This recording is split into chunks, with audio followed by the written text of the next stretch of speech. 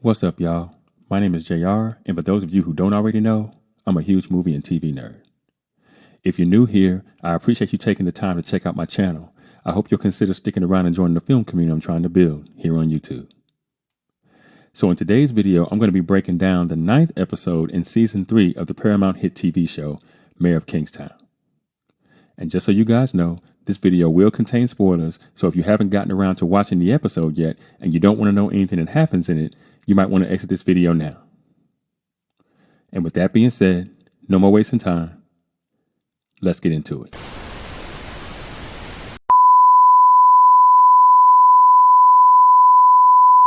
So, the episode starts with an ambulance screaming through Kingstown. We then quickly cut away to Raphael being put on a prison bus to be transported someplace. We see Charlie being checked out of prison by Ian, no doubt to go look for more of his victims.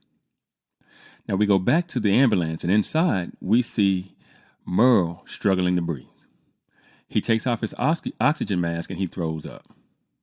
Roll credits. Now, the last few episodes have all started with this intercutting of two or more scenes with very little dialogue spoken, a pretty stark departure from what we were getting even as recently as earlier this season with the voiceover monologues by Mike. And, I just wish the writers would make up their minds stylistically what they want this show to be, because it feels like totally different people were writing the scripts at the beginning of the season than are writing them now. The cold open of an episode, should a show decide to go with one, can have a huge effect on the mindset of the viewer going into the story that's about to be told. And in television, people can get programmed much more easily to take in a story a certain way. So to change that up from episode to episode can prove to be mildly disorienting and, if not annoying. It's not the end of the world. It's just something that kind of caught my attention. Anyway, from there, we see Mike waking up at the office alone in the makeshift bed he's made for himself there. And as he tries to enjoy his morning coffee, there's a knock at the door. And it's Iris, which was a surprise. Now, Mike lets her in asking, what the F are you doing here? He reiterates his stance that she isn't supposed to be there, but she enters, telling Mike that Constantine thinks that Milo is still alive. Mike asks Iris if she's on something. She tells him that she's on a lot of things, but that her ears still work. She tells Mike that Constantine killed Tatiana because she told Milo that the hit was coming. Mike responds, "I hear you. Sit down. Relax." Now Iris sits, telling Mike that she is relaxed. Mike asks if she's heard what she's saying. He explains that it defies all logic, that they were at the dock when Milo was killed, that they saw the boat explode. Mike tells Iris that he understands that it's been a long one for her, but that Constantine is a junkie. He goes on to state that Constantine is out of his mind and that he thinks that Iris is too. Now Iris responds, "Thanks," before she asks, "What do we do next?" Mike tells Iris that he's going to fix things, that he's going to make it right for everyone, and then she's going to get out of town. Now Iris laughs, telling Mike that she's going to be looking over her shoulder the rest of her life. Mike tells Iris that when he gets done, there won't be anyone left to follow her. He asks Iris if she believes him. She shrugs and responds. Mike tells Iris that she needs to lay down and get some rest. Now Iris follows him to the makeshift bed, and Mike tucks her in. He tells Iris to get a couple of hours of sleep and that he'll have Rebecca smuggle her out when it's safe. Iris asks Mike to stay with her. Mike tells Iris that everything is going to be okay before he sits on the floor next to the bed and rests his head against the mattress. And look, I've noticed that Mike doesn't meet his mornings at Evelyn's place anymore. So maybe it really was just a booty call we saw earlier this season between the two of them and not them kind of drifting into domestic bliss. I also noticed in this scene that the writers have finally tried to give us a clue as to what Iris actually wants, a life without looking over her shoulder. And I guess I can understand that want. I guess that's why she won't leave Kingstown, even though she's been offered the chance at this point several times now by several different people. And I guess that maybe makes some sense, except for the fact that she's been more than willing to go headfirst back into the lion's den over and over again in order to gain the freedom that she seems to desire. First with Milo in season 2, and now here with Constantine. And that I don't get. Anyway, next we see Kareem at the prison talking with good old Kevin Jackson about the attack. Now, Kevin tells Kareem that something came to him last night while he was tossing and turning. He tells Kareem that the guy on the bike was white. Now, Kareem looks confused and he asks Kevin to repeat what he just said. Kevin tells him again that the guy on the bike was white. Now, Kareem remarks that he could have been Latino or Asian or even a light-skinned brother. Kevin states again that the guy was white. Now, Kareem, frustrated, tells Kevin that he'll put him with DLC, but makes clear to him that he's going to have to change his original statement, and he asks if he's prepared to do such a thing. Kevin states that that's what he saw. Now, Kareem responds, no, that's what you remember in the aftermath. Kevin tells him that that's how memory works. Kareem then tells him that he'll set things up with the department, and he walks away. And, this scene is just, Kevin doing what Bunny told him to do, to confuse the issue.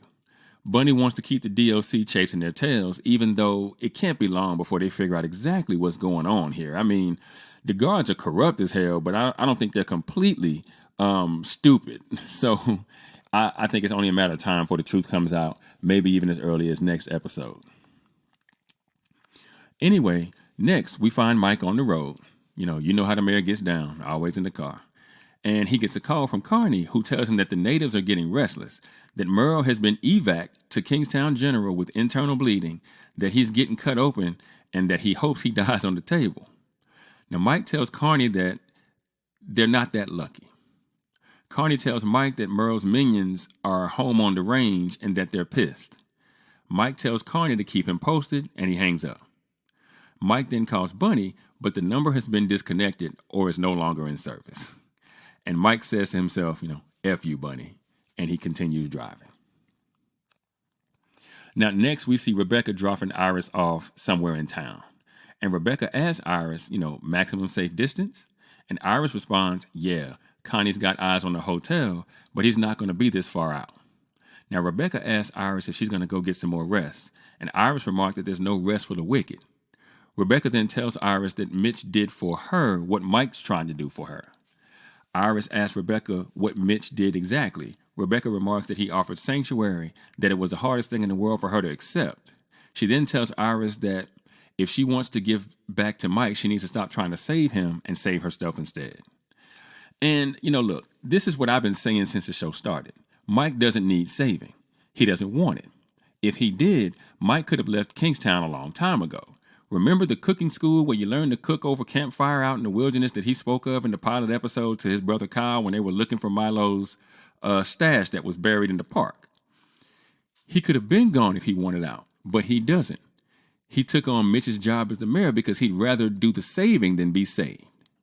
Remember how Milo got Mike to engage? He had Iris beaten up. Mike wants Iris gone because he knows that if she stays, she'll die, and that'll be on him. But Iris has convinced herself that she needs to save Mike, and that's the other reason why she won't leave. She loves Mike, and it's a romantic love. And she loves him because he's the one guy broken enough to love her back with all of her baggage. He's never paid her for sex, and he's the only man who has ever killed somebody for her. She even said as much back in season 1, that she's had men willing to die for her, but none were willing to kill. But when Mike killed the Aryans that tried to turn her out in season 1, that did it for Iris. And she's been gone ever since. We also got a little background on Rebecca's character because I've always wondered how she ended up doing the job that she's doing. So now I guess we know that she used to actually be Iris back in the day and that Mitch saved the day for her. Anyway, from there, we see Mike arrive at Kyle's house. He knocks on the door and Tracy lets him in. She offers him coffee and he accepts. She tells him that Kyle's on a shift. Mike remarks that he knows, that he tracks his schedule. Tracy tells Mike he's a guardian angel looking out for everyone. Mike tells Tracy that the guard, that being C.O. Breen, is going to be transferring to Anchor Bay.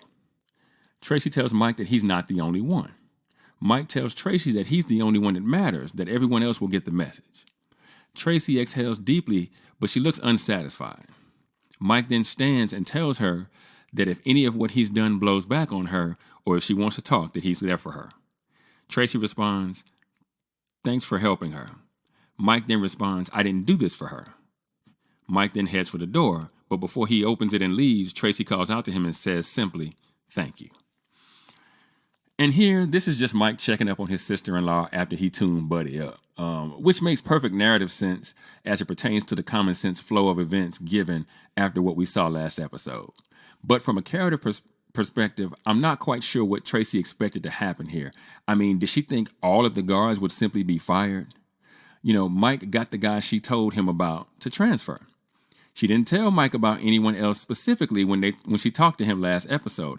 And I know Tracy is trying to do the right thing here as she sees it, but I don't like characters like this. She's being a bit overly self-righteous here. And she went and told on C.O. Breen to the warden and then told the warden she didn't need anonymity. Then she had a run-in with C.O. Breen because she didn't have anonymity. But she didn't go tell her husband what happened. She went and told Mike. And I'll get into why I think she did that later on in this video. So next we see Raphael and a bunch of other prisoners in court, handcuffed together. The bailiff says, "All rise," and the prisoners all stand and begin exiting the courtroom. But once they get into the hallway next to the courtroom, Raphael backs up, unbeknownst to the 3 guards with them, and he goes back to the courtroom, taking off his blue prisoner shirt and wrapping it around his cuffed hands. He then travels down a long hallway full of people, mind you, and exits near the stairs. Back down to the front of the courthouse, where he walks past more guards there, through the metal detectors, and out the front door to the street. And look, this was nonsensical from a practical standpoint. And the only way I could see this going down was if Mike personally put it in motion. But having watched the full episode, he certainly did not. And with the sheer number of civilians and law enforcement officers that Raphael had to walk past, with no one sounding any kind of alarm whatsoever, his jailbreak had to be one of the most extraordinary things I've seen in a television show in quite some time. I just have to say. Now next, we see Mike enter Merle's hospital room. He tells Merle that he should eat something to get his strength back. Merle tells him that hospital food is worse than prison food. Mike then asks Merle how he's holding up. He tells Mike that he's sore, that his bleeding has stopped, and that his blood pressure is stable. He tells Mike that you can try to frag his ass, but that he's grenade proof. He asks Mike to tell him something good. Mike tells him that he's brushed Bunny Washington off the plate, that KPD is on him. Merle remarks that he doesn't play baseball. He asks Mike if he went Capone on that giant effort or not. Mike tells Merle that it's happening. He tells Merle that the Russians aren't going to be able to finish what they started, that they have KPD at the door and at the front and back entrances of the hospital. Merle asks if they're their people, and Mike responds, "Yep, true believers." Mike tells Merle to get better and that if he needs him to shout at the guard out front. Mike then walks towards the door and Merle calls out to him, asking where his get well flowers are. Mike tells him that flowers are for funerals, and he exits the room. Now, this scene was weird to me, only from the standpoint that I don't understand Mike's strategy when it comes to Merle. I know they have a history of some kind, that Merle helped keep him safe when he was inside. We all know that, but I can't figure out what Merle has on Mike that he won't just tell Merle to F off. I mean, Mike killed a bunch of Aryans in season 1 for messing with Iris, including Duke, the Aryan shot caller at the time. And he's also killed some Aryans that were on his ass at the end of season 2 with no problems whatsoever. So it's clear he's got no issue putting down Aryans. But for whatever reason, when it comes to Merle, he needs other people to do his work for him. And I just don't get it. And I hope that the writers will inform us on exactly what's going on in the finale, because I just don't understand, why Mike is taking this road to try and get rid of Merle instead of because Mike's standing right there in the in the hospital room. Why can't Mike just get rid of Merle right then and there? If he's got all his people, on the hallway, I don't understand why he couldn't just put a little something in Merle's bicep right then and there and be done with it. Anyway, he's telling Merle that Bunny has been taken care of business-wise and that he'll be completely removed from the equation soon, but I don't believe that. I'm sure you don't believe that either. He's telling him that he's safe from the Russians that he assured him were the culprits of the attack, because he has their people guarding him at the hospital, again, like I said, even though he knows the Crips were the hitters. And I still think Merle is trying to get Mike is trying to get each faction, to disable the others. But that has been the most frustrating part of this season, because waiting for Mike's plan to move and to bear fruit has been like watching paint dry. Anyway, we next find Evelyn talking to Letitia Marks, the state's attorney, about what she has had to endure in Kingstown. And Evelyn tells Miss Marks that she's swimming against the current in a toxic river. And Miss Marks explains that Evelyn's predecessor played all ends against the middle. Evelyn remarks, God rest his soul. Miss Marks explains further that now he's gone and that she's on the front lines, that she needs to get her house in order. Evelyn tells her that that's what she's trying to do, that that's why she's there to see her. And Miss Marks explains to Evelyn even further that cleanup could be as bad for her as anyone else. And Evelyn simply tells her that she'll take whatever comes. And here we see that Evelyn has basically had it with Kingstown, and that she is enlisting outside help, that she's even willing to go down with the ship to clean up the corruption in the city. It's commendable, her crusadership. And I guess we'll just have to see how far it gets her.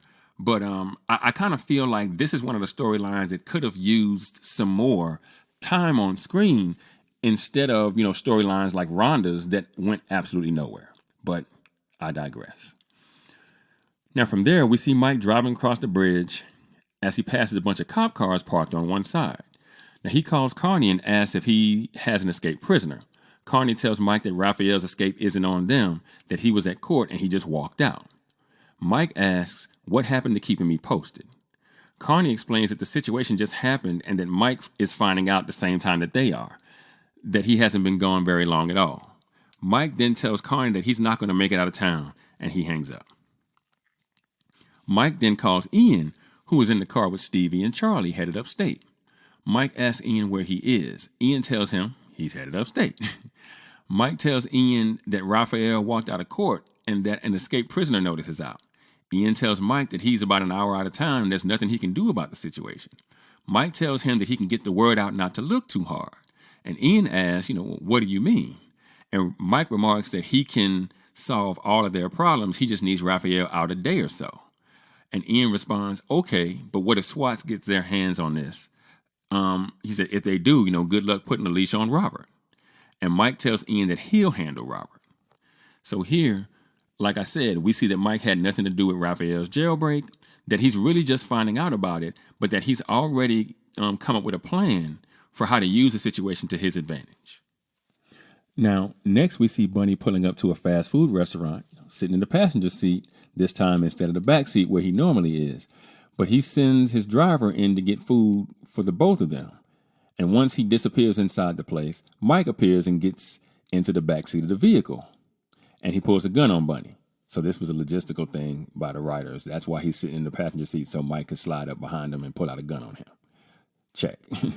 And he tells him that he wants both of them to walk away from this situation, but that he has to hear him out.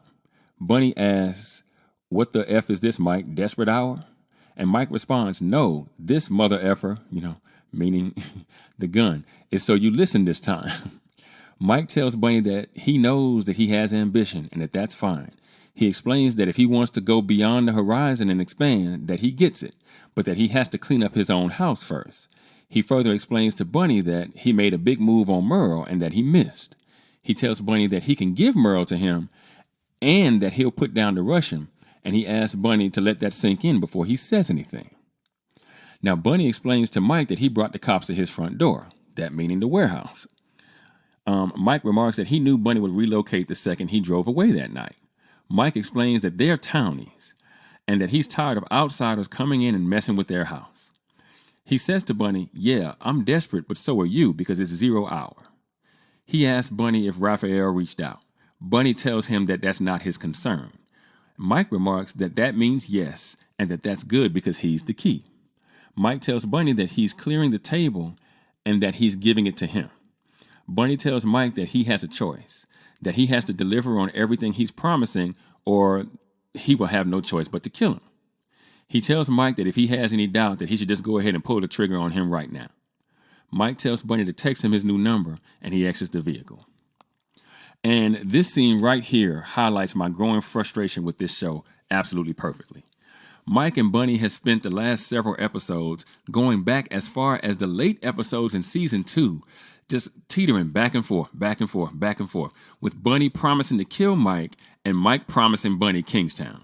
But despite Mike's inability to come through in a timely fashion on said promise, some for reasons that are his fault and some that aren't, Bunny never does anything. And round and around and around we keep going. I've told you guys before, this story is going to end with Bunny and Mike at each other's necks, truly, like for real. I believe that because it has to, or else what was the fucking point? But the writers keep playing with their food here, almost as if they don't know when they're writing these things if they're going to get another season or not. And it's starting to really, really, really hurt the show. I feel like at this point, they're going to lull us to sleep in this regard until finally one day the gun will go off and none of us will care. So the writers need to get their shit together on this particular story beat and start acting like they've written for television before. And that's just my 2 cents. So next, we see Kareem in a meeting with Ken Nemo, a representative of the company that owns Anchor Bay Prison, I'm assuming, explaining that they moved too fast, promoting him to warden of the prison, and that combined with the trauma he suffered during the riots, that's back in season 1, and the stress of running the prison, they feel it would be best for Kareem to step down from his duties as warden. Now, Kareem explains that the most recent attack came from outside the prison and therefore was outside of his control. He also claims that he has done the work required to be cleared for duty, so he would like his trauma to be moved to the personal category. Now, Ken explains to him that he should lean into his trauma because it's hard to fire an employee that has suffered as much as he has, that it would make the prison look bad as an institution. He tells Kareem that they would rather he control the situation by resigning, that the optics would be better if he controls the narrative. Kareem states that the optics are that he is being fired. Ken tells him that they don't want to fire him. Now, Kareem tells Ken that he won't resign. Ken explains that during Kareem's short tenure, he has had an epidemic of drug overdoses, a spike in prison violence, and even a grenade attack in which a CO was killed. Kareem explains that these things were all a result of DOC policies and the aftermath of the riots. Ken inquires, the attack may have come from outside, but how did they know their target was in the yard? Ken remarks that it's a problem that Kareem isn't asking that question. Kareem explains that he has asked that question indeed and that he will find the answer, that he's just started his investigation and that he will find the persons responsible. Ken explains to Kareem that he is responsible. Kareem reiterates to Ken that he's not quitting. And then Ken tells him that he has 2 weeks and that if the company does not have his resignation by then, that they will terminate his employment. Kareem explains that he has worked too hard and too long to have his position taken away over things he can't control. Ken tells him that there are 49 other states that he can go to and start fresh. Kareem asks, what about my salary, my benefits, and my health insurance? It'll take 20 years to work back to it. Ken apologizes for the situation, and then Kareem stands angry and he rebukes Ken's apology. Kareem tells Ken that he doesn't have time, that he's there now, and he doesn't want to work his way back to something he's already earned, something that he's sacrificed for. Ken tells Kareem that he'll give him a minute to collect himself. He then packs up his briefcase, he stands and moves toward the door. He stops for a moment and he turns to Kareem and says, this isn't the end of the world, before exiting the room. And this was actually pretty good television. This scene culminates everything that Kareem is dealing with. He seems to be estranged from his wife due to his bouts with PTSD, even to the point where it has impacted their daughter, who has to go to therapy, and that Kareem, no doubt, will need his health insurance to pay for. That's why, in the last episode, they mentioned just how much it costs and all that kind of stuff. Kareem is trying to put the pieces of his life back together since the riot in season 1. And that's why Kareem has no time for Mike's BS. The only problem is Mike and Carney know that Kareem killed someone when he first got back on the job. He killed a prisoner. So despite the fact that we can maybe understand Kareem and his actions a little bit better than some of these other folks working, for law enforcement in the prison industrial complex, this is just another corrupt individual in the machine that is law enforcement and the overall prison industrial complex. The thing that makes Kingstown work, the thing that Evelyn's trying so hard to dismantle, even though Kareem isn't necessarily, in my opinion, at the top of the list of people who need to be let go or put in jail. So next, we see Mike show up at Don's diner, and he's there to meet with Kyle and Big Rob. He tells them that he's going to gift wrap an escaped prisoner, that there's going to be no problems, that he's turning himself in, hands to the sky. Kyle asks if that's Bunny's promise. Mike answers yes. Rob then asks, how do we know he's not baiting us and we're walking into an ambush? Mike responds, Robert, God, man, I did the deal, okay? Robert responds, well, sorry if I'm a little sensitive. Mike tells him that he'll have him hogtied if he's into that sort of thing. He goes on to explain that this will be a simple bust, a win for KPD and a win for the DA. Rob responds, and a win for the effing mayor. Mike looks frustrated by his response, and Robert can tell. He goes on, it just gets a little old, Mike, you telling me how to do my job here. Mike responds, I'm not telling you how to do your job, I'm telling you what's on the table. He then asks if they have a problem. And, Rob tells him that indeed they have a trust problem. Mike asks Robert if he trusts him. Robert says no. Mike asks, is that why you called my brother out in front of your whole team? Kyle then interjects, telling Mike that that's over. Kyle explains to Rob that Mike is giving them his word, not Bunny. Mike asks Robert if that's good enough for him, and Big Rob begrudgingly says yes. He tells Mike to give him a time and a place and that he'll be there with bells on, and then he gets up and he leaves. Kyle tells Mike, if you second guess somebody long enough, they get testy. Mike tells Kyle that he's just trying to help Robert. Kyle then tells Mike that Robert isn't 100%, claiming that he wouldn't pass the concussion protocols, that he needs to be benched. Mike remarks that he's one of them, so they need to help him until they can. And this kind of confirms what I thought a few episodes back, that Big Rob has some issues with his head stemming from the beatdown he got from the Crips at the end of season 2. And that's why he's been holding his head so much on the job, and when he's asked by Kyle if he's okay, he gives all these cryptic answers. This scene also shows that Mike's group is fracturing, basically for the reason Kyle just stated. Robert is getting a little tired of Mike second-guessing him at every turn, but Mike knows what Robert doesn't, that Evelyn is coming for him, straight no chaser. So Mike, in his infinite wisdom, is trying to keep Evelyn off Robert's ass. I personally think Robert's story is coming to an end here pretty soon, and I don't know if he'll be let go and Kyle will get his job, or if he'll meet a more violent and permanent end, but either could come in as soon as next episode, the season 3 finale, if you're asking me to make a prediction. I guess we'll have to ultimately wait and see to find out. Anyway, next we see Ian and Stevie on the road, headed to the location Charlie is sending them to find another of his victims. He tells them he remembers an off-ramp, Route 28. He tells Ian that his mind is like boxes, a lot of boxes, all stacked up, and that he just has to pick the right one without them all falling down. Ian tells Charlie that he'll pick the right one because that's what he does. Stevie asks, hey man, what happens if the boxes fall? Charlie responds simply, bad things. Stevie looks at Ian like, did you hear this dude? As Ian turns off the expressway. Now, having watched the entire episodes to its conclusion already at this point, this scene is setting up a future scene in this episode, preparing us, the audience, for what will come later. So I'll just save my exposition for when I get to that point in the video. So just hold that thought. Now from there, we see Mike arriving at Constantine's boat. He sits down with both Iris and Constantine, and he tells Constantine that he has a proposal for him, that the Aryans are hanging on by a thread and that Merle thinks he moved on him. Now, Constantine remarks that he's not disappointed that somebody made a play, but that it wasn't him. Mike tells him that if it wasn't him, then it was Bunny Washington. Mike tells Constantine that he can give him Bunny.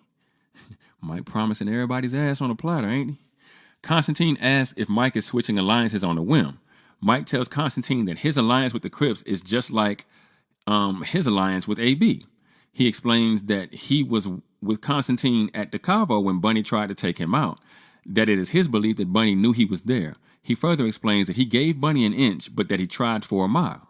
Constantine asks Mike what he wants him to do. He tells Constantine that Bunny is moving weapons, 6 figures worth, military grade, that he's going to want to protect them, that he'll be heavily armed. Constantine asks, so you want me to ambush him? And Mike nods. Constantine asks then, why not leave that to your cop buddies? Mike responds, well, KPD can't sell guns, you can. Constantine asks, why so generous? And then Mike tells Constantine that he wants a finder's fee. So Constantine offers 10%. Mike demands 20, or he'll give the bus to KPD. Mike explains to Constantine that he'll get Bunny's armory and his soldiers. Constantine asks for a promise that Mike's cop friends will count the dead. Mike guarantees it, and then he leaves. And see, has been another one of my issues with this show. I mean, don't get me wrong, I still really like it. It's still one of my favorites. But why are people bending over backwards to work with Mike at this point? I just don't understand. Working with Mike has caused the prison riot in season 1. Then Mike convinces all the gangs to send their shot callers inside to sort the hierarchy within their individual factions, and almost all of them died inside. Bunny is the only one that made it back out, in fact. And at this point, the gangs have lost so much more than they've gained by working with Mike at all. So I just don't understand why people keep playing this game like it's to their benefit. This is why I always said that this show had a brief shelf life, because this merry-go-round of criminal mischief can only run for so long before everyone has to kill everyone else. Because Mike can't really control anyone, not even the cops or Evelyn when you really think about it. That's why so many of Mike's promises go broken, because the only thing that really makes people really listen to him is them simply deciding to, for nonsensical reasons. Anyway, next we see Donnell, who is Bunny's driver, pull an old car into a garage and get out. He opens the trunk and Raphael pops out. He cuts Raphael's handcuffs off and gives him a hoodie to put on, and the pair walk through an alleyway to a house and they enter. Now, once inside, we see Ro, who approaches him, kissing him affectionately, repeatedly. Trey, Raphael's son, if you remember, he sits in another room at the piano, and he seems unmoved by his father's surprise visit. Ro asks Raphael if he plans to talk to Trey. He says he needs to figure out how, and Ro just tells him that he just has to show up and jump. He says that he will, and the pair share another kiss. Now, from there, we see Tracy entering the warden's office, Warden Michael's office. She asks, "You wanted to see me?" And the warden informs Tracy that Officer Breen requested a transfer to Anchor Bay and that she granted it. She then asks Tracy if she knows Breen. Tracy responds, in passing. She then asks Tracy if she's ever heard the expression, "It's an ill bird that files its own nest." Tracy remarks that she knows the saying. Warden Michaels asks if she grasps the meaning. Tracy responds, "If you're suggesting that C.O. Breen was assaulting your inmates, then the meaning is clear." Warden Michaels then tells Tracy that her mother-in-law would sit in her office and rail against one injustice after another. And, she's talking about Miriam. But that she and Miriam are not the same. Because after Miriam ranted and raved and spoke in tongues, that she went home. Warden Michaels reminds Tracy that she has to go back to her shift. Tracy thinks about what the warden had just said to her before she asks, "Is that all?" The warden says yes, and Tracy moves to exit the room. Warden Michaels remarks, "Be careful out there." Tracy responds, "I'm not the one who's ill, warden," and exits the room. And I'll admit I really like this scene, though it may have felt good to fail, to rail against the injustices the way that Miriam used to. Tracy has forgotten that she's not Miriam, that she might not be built for the fight she's fighting, and I hope she doesn't get swallowed up trying to prove otherwise. Like she told Mike, there are other officers that she believes are doing the same thing that C.O. Breen was accused of doing, so the problem hasn't even really been solved, but there has certainly been a new problem created. What happens when an inmate attacks Tracy and the guards decide not to intervene because they don't like her? Remember, Miriam had a few reunions with criminals, one in particular that attacked and robbed her, but when she refused to press charges. Now, Tracy may have an uphill battle at work from this point on if she doesn't rein it in a little bit. I'm not saying she shouldn't have told somebody what she believed to be happening, but the idea that she wanted to do it and have everyone know it was her was hubris at play on her part, and it just wasn't necessary. And her final quip on the way out the door just proves that she still doesn't really understand the game she's playing. Now, back at Bunny's safe house, Bunny and Raphael sit on the couch, talking. Raphael explains to Bunny that he has to go back inside. Bunny tells Raphael that Mike's getting the DA on board so as to provide a soft landing. Raphael tells Bunny that things have to change, and Bunny agrees. He tells Raphael that things are changing, that the AB crackers are crushed, that the Russians have been run out. He tells Raphael that he's going to get him back in that Goodfella suite. Raphael tells him that that's all over. Bunny remarks, "You play that keyboard. You make them stews." Raphael thinks. He thanks Bunny for taking care of his family. Bunny responds, "I owe that." Raphael then tells Bunny that Rhonda wasn't on him. But Bunny responds, "It's all on me, cuz." He tells Raphael that one more thing he has to set right and that he's due some payback.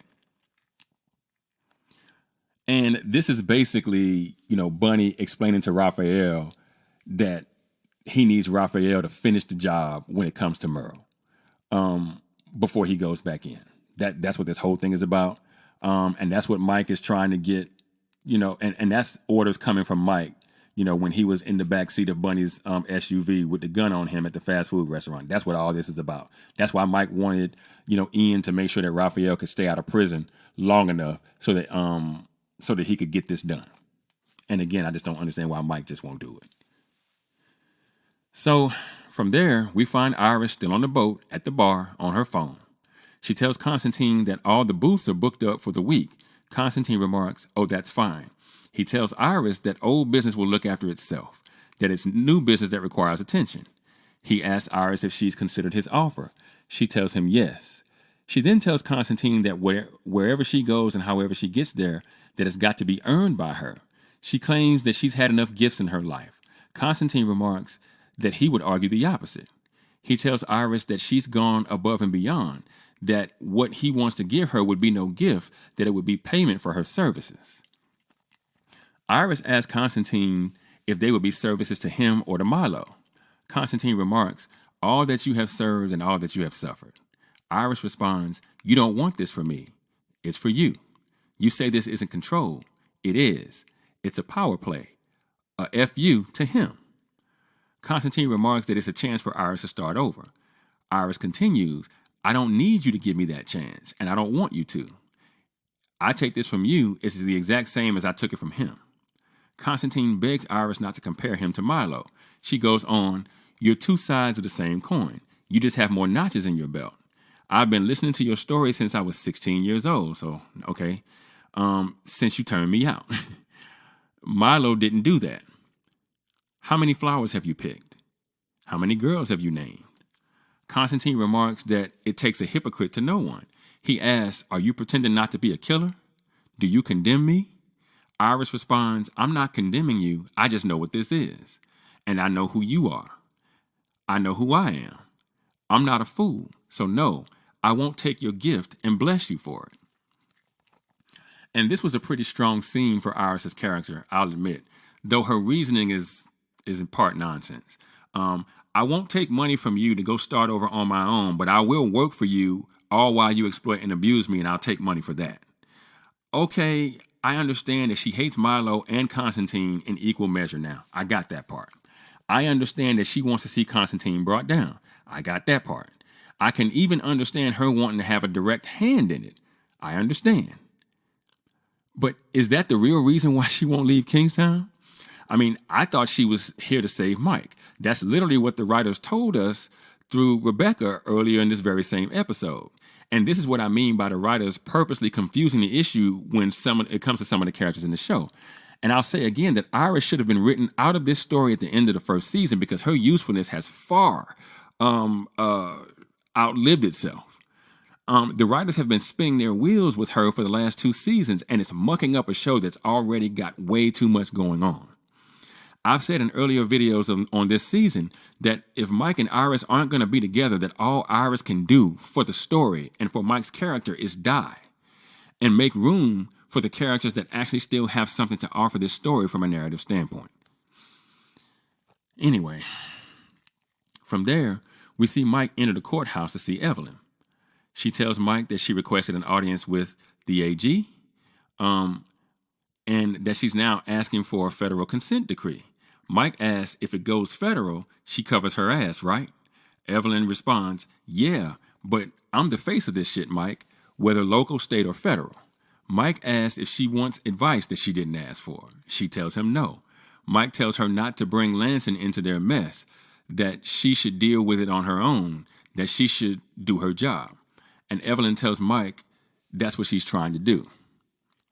So, okay, she was talking to the attorney general, not the state's attorney, but, tomato, tomato. Mike takes a moment to think, and then he tells Evelyn that he can give her a headline. He tells her that Bunny's man inside walked out of the courthouse, but that he can deliver him to her, perp walk and all, that she can frame it for her to win. She inquires, what's the ask? Mike tells her that as soon as the story dies down, that the escape needs to go away. He tells Evelyn that he's already facing a dime for defending himself against the corrupt guards, that the Aryans are going after his wife and kid. Evelyn asks if Mike is trying to make the gang member a victim now. He claims that Raphael wanted to see his son one last time, that he saw his shot and he took it. Mike tells Evelyn that if she does this, everybody wins. And Evelyn asks, if we don't, Mike responds, then you're on fugitive watch, every channel. Evelyn tells Mike that he has a litter of broken promises in his wake. Mike remarks that there's a lot of promises that I keep. Evelyn tells him to bring him in, no static, no scratches. Mike responds, you got it, and he quickly leaves the courthouse. And see, again, my question becomes, why has Evelyn not just said, fuck off, Mike, I'm going to do this, don't talk to me, don't offer me shit, I'm coming for your people, everybody, your gangbangers, your Crips, your Aryans, your Russians, and your cops. I don't understand what Evelyn's waiting for here. And like I said, earlier in the season, I thought that maybe Evelyn was falling in love with Mike. Because, in the first season, they were banging, but she told Mike in no uncertain terms she had no interest in dating him because of who he is and what he does. So what I don't understand is, why does she keep fooling with Mike? If her job is on the line and her everything's on the line, why does she keep risking everything for a dude who clearly ain't staying the night at her house no more? I just don't understand. So from there, we go back to the safe house and we find Raphael playing Fur Elise on the piano as Ro cleans up the kitchen. And Trey enters the room and asks his father what he's playing. Raphael responds, something my grandmother taught your grandmother to teach me. Trey remarks that his mother said that Raphael has to go back to jail. Raphael confirms, stating that he has to, that he has no choice. He tells Trey to come sit with him. He asks if he remembers his scales. Trey remarks that he hasn't practiced in a while. Raphael explains the history of the piano he's playing on before he plays an original song of his and tells Trey that he'll teach him if he wants to learn it. Now, see, this tells me that they're in Raphael and Ro's actual house, which is batshit crazy, as there's a manhunt for him. Like, that seems like it would be one of the first places the cops would look. But maybe that's the cops just not looking too hard, like Mike said. We don't see Ian make that call, but maybe he does it off screen, and maybe that's why the cops aren't bothering with him at this point. Maybe Mike has put the pieces in place so that the police aren't looking for Raphael at all right now, and maybe that's why they can chill at Raphael's house. Because if Raphael's piano was there, then clearly Bunny ain't moved Raphael's piano to somebody else's house. So I have to assume this is actually Raphael and Ro's house. Anyway, he tells Trey, out there, false prophets will promise you all sorts of shit. And then they take everything. And when you're not useful to them no more, they let you down the curb. And see, here, I'm telling you, Raphael is speaking about Mike. Trey asks his father if he's going to tell him how it is. And Raphael responds, yeah, I'm going to tell you how it is. He said, you think like a man now. We grow up quick, Trey. Too quick. But you can slow it down. Trey asks, says who? And Raphael responds, your father. I give you permission. Show your mom that you're nothing like me, son. Just be a child a little while. A little more. Trey tells his father, don't let them kill you. And Raphael responds, Trey, no. You don't worry about me. That ain't your job. The pair share a hug, and then they play the piano together. And this was the conversation that needed to happen all season, if you ask me. The conversation where you had a kid so worried about his father's well-being in prison and worrying about having to be the man of the house for his mother that he just didn't have much room for anything else. This kind of worry can breed discontent And this is what I think Trey has been feeling this whole time, and why he didn't want to go to the prison to visit his dad when Rose showed up alone and Raphael asked where Trey was. And also, like I said, you kind of see what Raphael actually thinks about Mike. And this is also kind of foreboding for Raphael's character. I'm going to be honest with you. I think Raphael's character's on a short leash. When Bunny was talking about him getting back in that Goodfellas suite, Raphael tells him, "No, I think that's all over at this point." And now, Bunny's telling him he needs him to kill Merle before he goes back in. And I think Raphael understands that his days are numbered, and that's, it's just whatever. And like I said, this was a really good scene by the writers. And like I said, you get the sense that Trey will probably never see his father alive again. And again, like I said, because it feels like Raphael is almost done as it pertains to his particular contribution to this story, that he may even die next episode in the season finale. I always tell you guys, if the writing is good, you can feel a goodbye. This conversation felt like a goodbye, and I guess we'll find out soon enough. So from there, we see Tracy leaving the prison, and C.O. Breen happens into the parking lot at the same time, with a box of his things still sporting the bruises on his face from he and Mike's talk last episode. Tracy, seeing him, she hurries to her car, and C.O. Breen pulls up behind her, honking his horn, and he gives her the bird. And then Tracy just loses it, and she just begins backing her car into his car in violent fashion several times before she eventually drives away. And look, this scene exists for one reason and one reason only, because this will be how Kyle finds out what happened.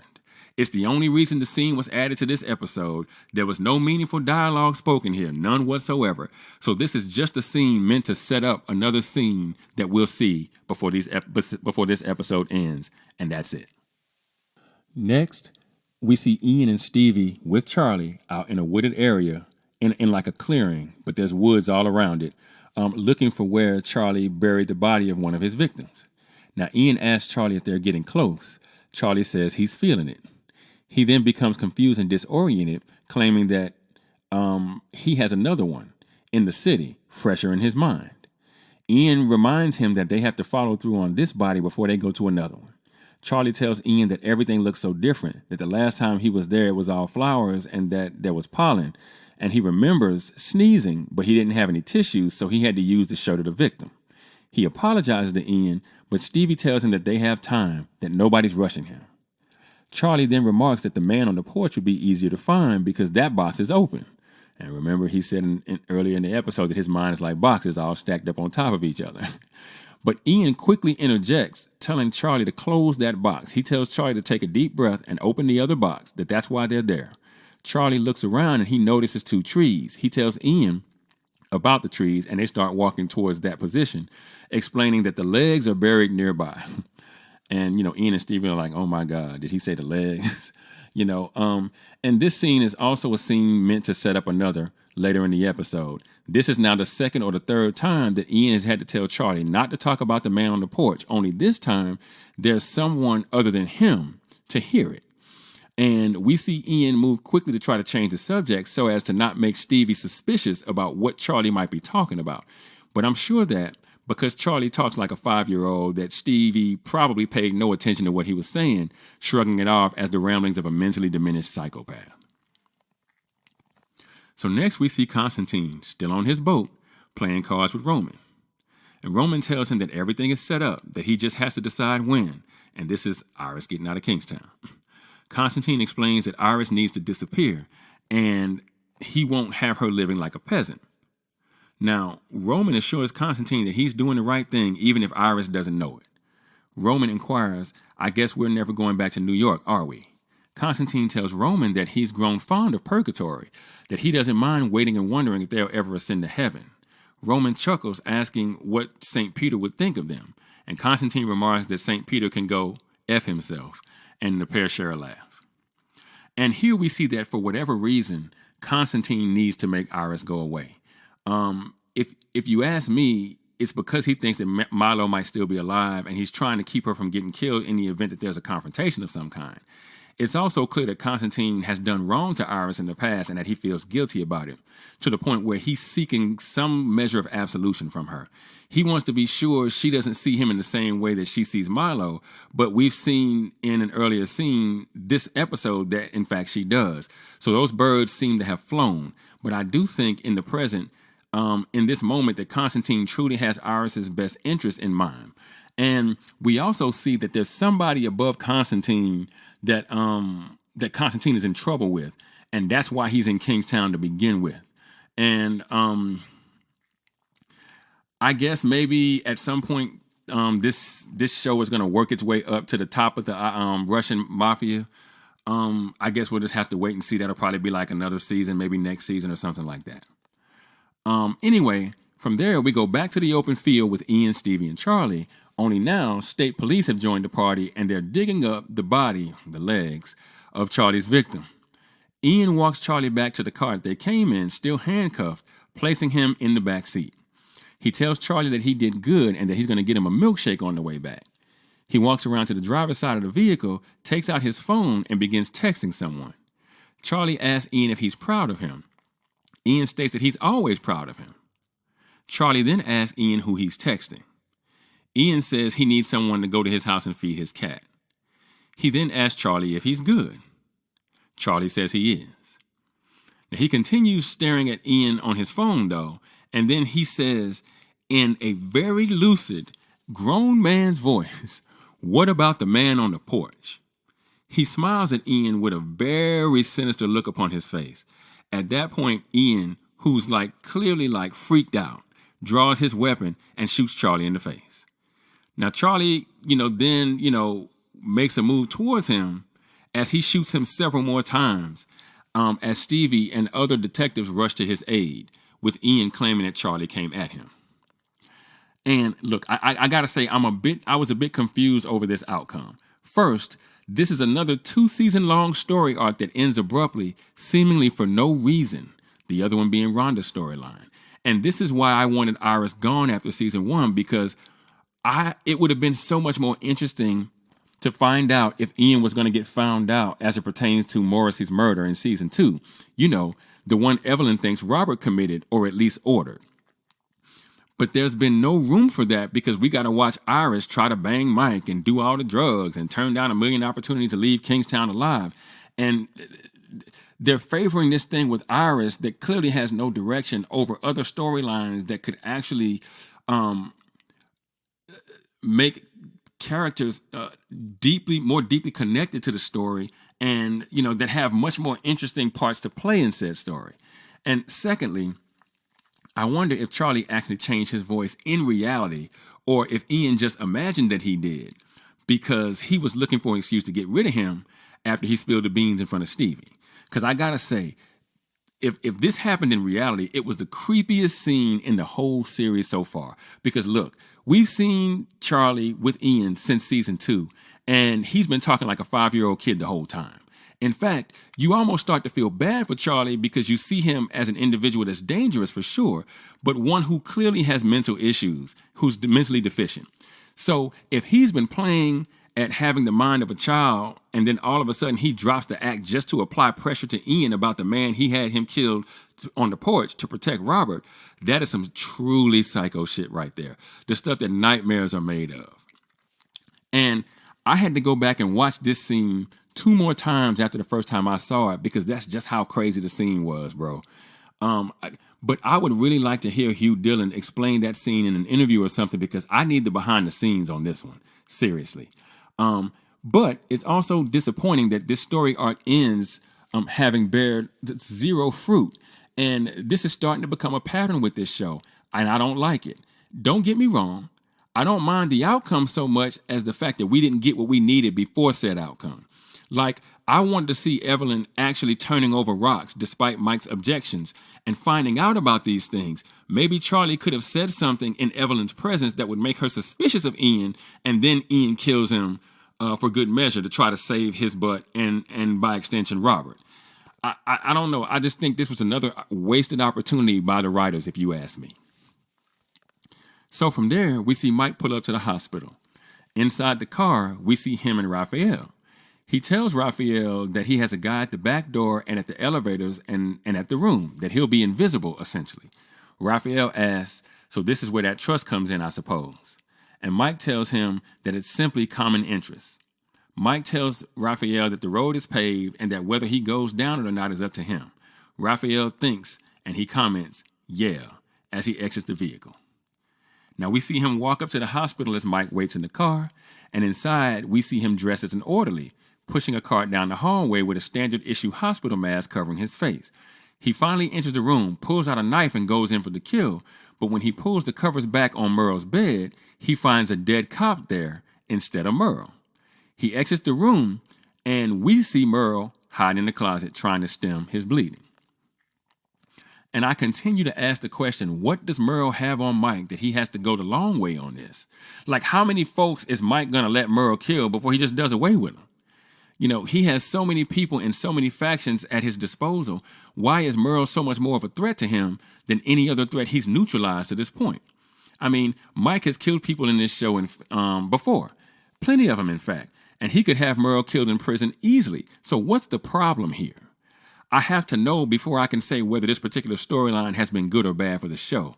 And the only thing I can say positive about this particular storyline is that now Merle knows that Mike is on some bullshit. So here we go with another round of the Aryans trying to kill Mike in the season finale. And damn, I'm tired of going in circles with these writers. Anyway, we're back in the car with Mike and Raphael. And Mike tells him that Merle won't get away. You sure? Because, I mean, apparently you can't do nothing right when it comes to this motherfucker. That he's going to send him back to where he came from. Like I said, that's tough talk for a man who could have just off Merle himself in the hospital earlier today, but, in this episode. But okay. And Raphael tells Mike that he fucked up. Mike agrees that he underestimated him. Now, but if you know him so well, why you keep underestimating him? I don't understand. He laments that Merle will live to fight another day, and Raphael responds, yeah, and on that day I'll effing kill him. Now, Mike makes a call to Ian, who is busy at the station doing paperwork. Mike tells Ian that Raphael will be at the corner of Beck and Main in 30 minutes. He asks, isn't that Robert's collar? Mike responds, no, this is you. You're the buffer. I need kid gloves here. Ian tells Mike that he had a F of a day. Mike asks if he wants to compare notes. Stevie asks what's up, and Ian tells him that they have to go be a buffer and that he needs to drive, for obvious reasons. And from there, we see Raphael standing in the parking lot as police approach, sirens blaring. Mike sits and watches from his car as he is surrounded, his arms out. He tells the police that he surrenders. Robert and Kyle show up and hop out the SWAT van, guns drawn, as Ian and Stevie arrive, just as the police helicopter hovers overhead. Raphael states that he's complying as the police get closer. Robert kicks him onto his stomach, and, Stevie and Ian have to order him to knock it off. And finally, Ian and Stevie cuff Raphael and get him onto his feet before walking him to their car as Mike looks on. Now, Kyle approaches Robert and says, gift wrap, just like Mike said. He then asks Rob if he's okay. Robert responds, ask me if I'm okay one more time, and I'm going to put you on your effing ass. And then he walks off, leaving Kyle standing there a bit bewildered. Mike, still sitting in the car, calls Evelyn, who's driving through town, and he tells her simply, time to make some noise. Now, back at the hospital, Keno shows up, and he's walking through the hallways, his gun drawn, and he finally finds Merle in the supply closet. Merle remarks, of course it had to be you. And Keno responds, put your hands up, asshole. Now, from there we see Kyle arrive at home. And after pulling up in the driveway, he notices that Tracy's car has been damaged, the back of the car. He enters the house looking for her and eventually finds her in the living room. She immediately tells him that it looks worse than it is. Tracy tells Kyle that she got rear-ended at a light. Kyle asks if she exchanged info with the person who hit her. She tells him that they drove off. Kyle asks what kind of car he was driving. Tracy remarks that she doesn't know. Kyle then asks what the intersection was, that he'll look up the traffic cam footage and get the guy's plates. Tracy then asks Kyle to stop interrogating her, and Kyle asks Tracy what's going on, asking if she's bullshitting him. Now, Tracy finally admits that she wrecked the car on purpose. She tells Kyle that there was a guard at the prison that she got into it with. Kyle asks her what that means. She tells Kyle that he was assaulting prisoners, that she called out what she was seeing, and that she and him got into it. Kyle asks again what that means. Tracy tells Kyle that the guard confronted her. Kyle asks if he put his hands on her. Tracy tells him that she's okay. Kyle asks who it was. He takes a moment to calm down. Then he asks, "You said was a guard. Why was?" Tracy tells Kyle that he had to transfer. She tells him that she saw the guard in the parking lot and that she saw red. Kyle asks how the transfer happened, that those take a long time, claiming that her warden is no crusader. Tracy tells Kyle that she went to Mike, that she couldn't come to him. Kyle asks, "You didn't think I could fix it?" Tracy remarks that she knew he would fix it, but that she couldn't put that burden on him, that she knew what fixing it would mean. She then apologizes to Kyle, reiterating that she couldn't do that to him. Kyle reminds Tracy that there's no point to him if he can't protect her. And, this is where Tracy's character is so irritating to me, and I blame the writers, because they're trying to make Tracy the new Miriam, but she's not Miriam, like I said before.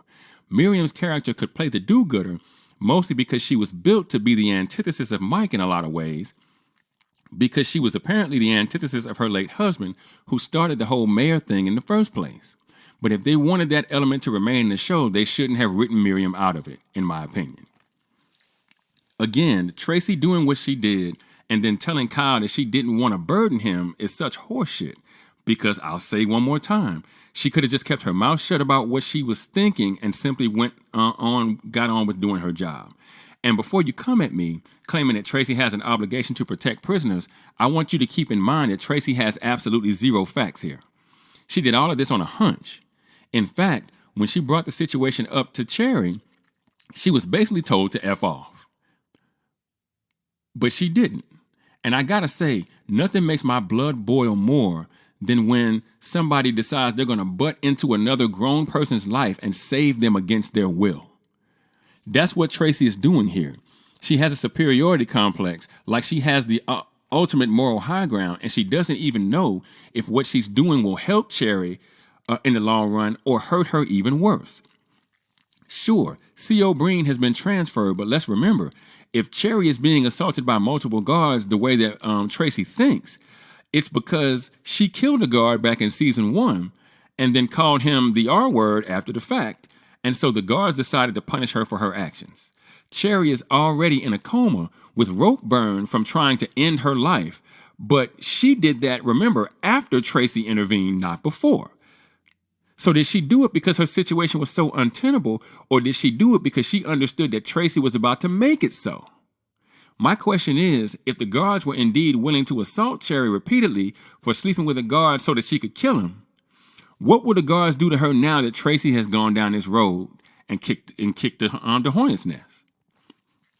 And again, if Tracy had hard evidence here, or if Cherry had asked for her help, then my take on this changes completely.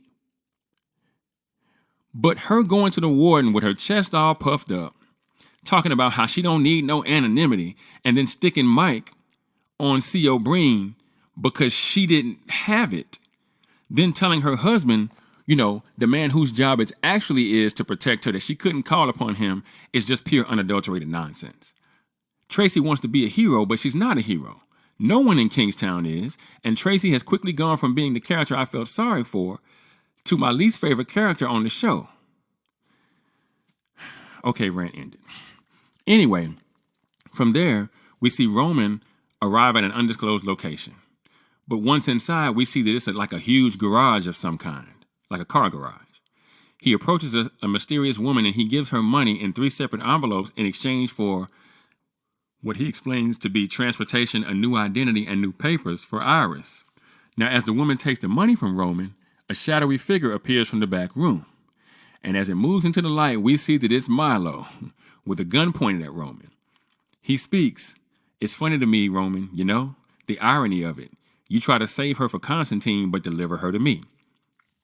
Now, Roman puts his hands up, but Milo eventually shoots him in the leg as he falls to the ground, as Milo continues to slowly approach him. And he continues, "There are no clean lives, not for the likes of us, and certainly not for Iris.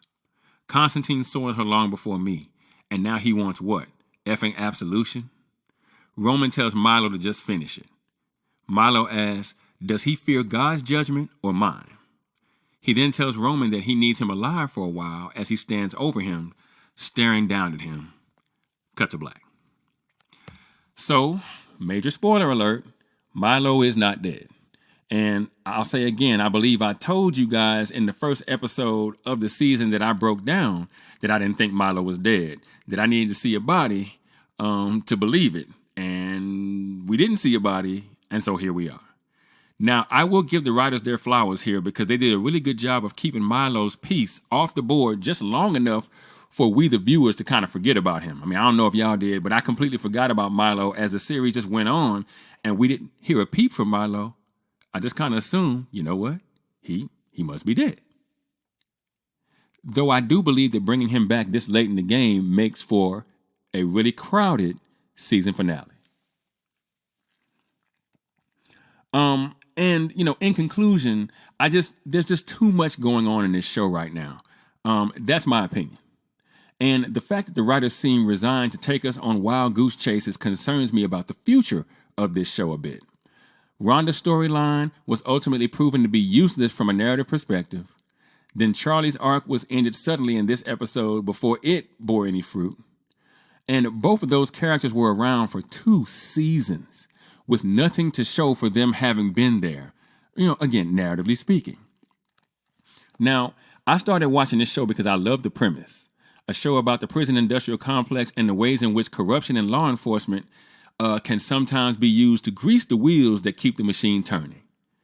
I also started watching because I like Jeremy Renner as an actor, and Taylor Sheridan has proven to me that he can tell a good story because Yellowstone was absolutely the best neo-Western ever made until, recent events ruined the show's final season. But, that's for another video. But as I've said in previous videos, it's getting late in Kingstown. And I always thought this show would have a short shelf life. I'll say again. And I may have said that in a previous video, so I apologize if I'm rehashing old beefs here.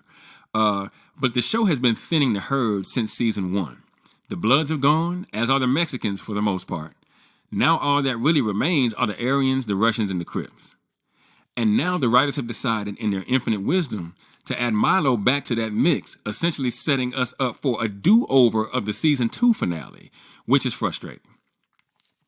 And it makes me feel like in order for this show to reach a natural conclusion, that it's going to take 2 or 3 more seasons to get there. And I don't think the show can survive an arc that long with the story still being a quality one. In my opinion, Mayor of Kingstown had a chance to be something truly unique when it started, and I'll say again, it's still a good show at a time where those are few and far between. And I always tell people, the longer a television show is, the more likely it is to be a bad one. Because the more episodes you have, the more seasons, the longer the story and the character arcs, the more decisions you have to make, and the more chance you have to get a major one wrong. Thus, sinking the entire show. And if the writers aren't careful, they're going to write themselves out of a really good thing, in my opinion. But what do you guys think? Did you enjoy the penultimate episode of this season? What's your favorite storyline so far? Let me know in the comments. And for those of you that might be new to the channel, be sure to like and share this video. If you really like the content, be sure to subscribe and hit that notification bell. That way you'll be notified whenever I drop a new video. Also, be sure to go and check out themadScreenwriter.com for more television and film reviews and info on my upcoming film projects. And with that, I'm going to go ahead and get out of here. I got screenplays to write. And I'll catch y'all in the next video.